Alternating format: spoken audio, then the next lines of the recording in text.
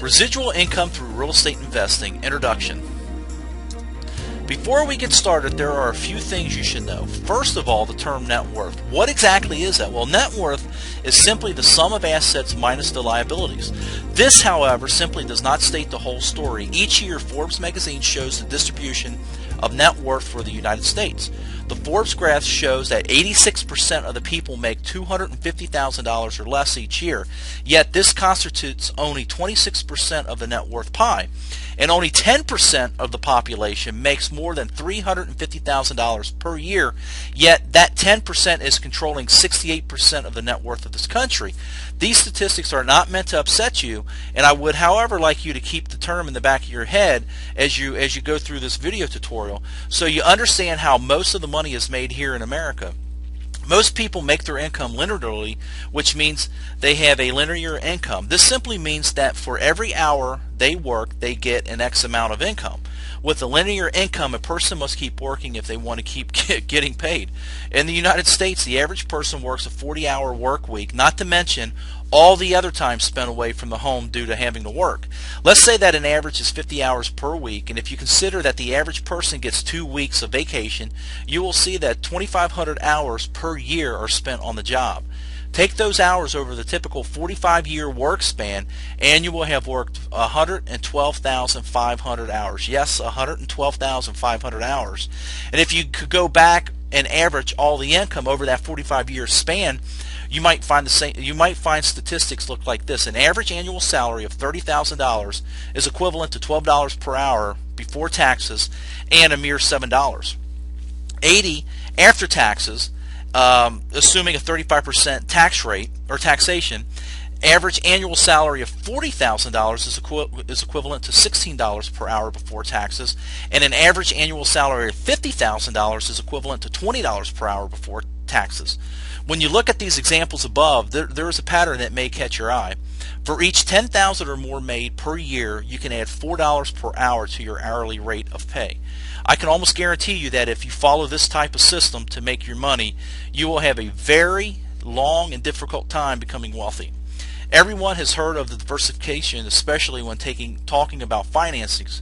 If you choose stocks, you are told to diversify. Why? Because it's too risky to put all your eggs in one basket. This is simple logic, and yet if you look at most people today, they almost always have all their eggs in one basket. Well, what am I talking about, of course, is most people have only one way of getting income, and that's their job.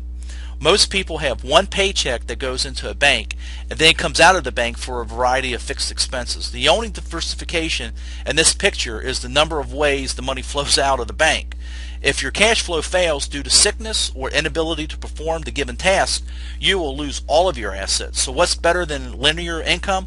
Why, it's residual income, of course. And residual income is income that keeps coming in month after month, year after year from work you do just once. An example of this income received from stocks or government bonds, it keeps coming, and you don't have to work for the government. Another example is a royalty paid over the rights of an invention or a song. You keep receiving the income for that song, and you don't have to keep singing every time to collect. The best way to build your financial freedom is by securing residual income from many different sources. Now, to clarify, not all residual income is passive income. In fact, most residual income has some type of residuality. Don't try looking up this word because I just made it up. The residuality of an income source refers to the extent that you have to put effort into establishing a cash flow. Some forms of residual income are labor intensive in the beginning, some in the middle, and some at the end. So I don't believe in completely passive residual income. You should always have control and take charge of all your income sources. Regardless of the residuality of the income, you actually choose. The benefits of residual income are excellent. So some of these benefits are you're able to control your own income, you're creating security, you're being able to set your own priorities, and it has great tax advantages. Remember that I said it was important to actually diversify. First, you need to develop 3 sources of residual income. This will provide you with a variety of ways to feed your asset base. What exactly is an asset? Well, for the purposes of this course, an asset is something that has positive cash flow and goes up in value over time. Then make sure your residual income equals 3 times your original linear outcome. Yes, I said 3 times. This will provide you with a cushion. And the last part of this rule concerns taking transitional steps towards creating residual income. You are not going to be able to replace your linear income with residual income all at one time, so taking little baby steps, transitional steps, will be necessary. I suggest looking at your lowest necessary bill. Let's say it's your phone bill at an average of $50 per month or $600 per year. So in order to earn residual income of $600 per year, you might considering, say, a $12,000 municipal bond earning 5%. How will you purchase this bond? Well, by taking 10% of your gross income off of the top and placing it into a little mini asset category until you can get $12,000. Once done, you will not have the payment per month, and that money can then be put into your asset category as well.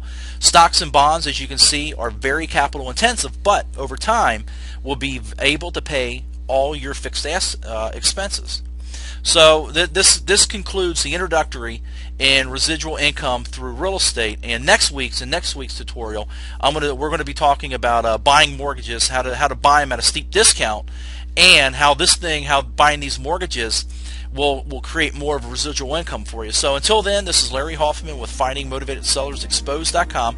If you need any more information about these video tutorials, click that link below or type that into your address bar, and we'll be able to set you up and get you in on our newsletter. So until then, it's Larry, and I wish you the best in your real estate career, and may God bless you and keep you safe.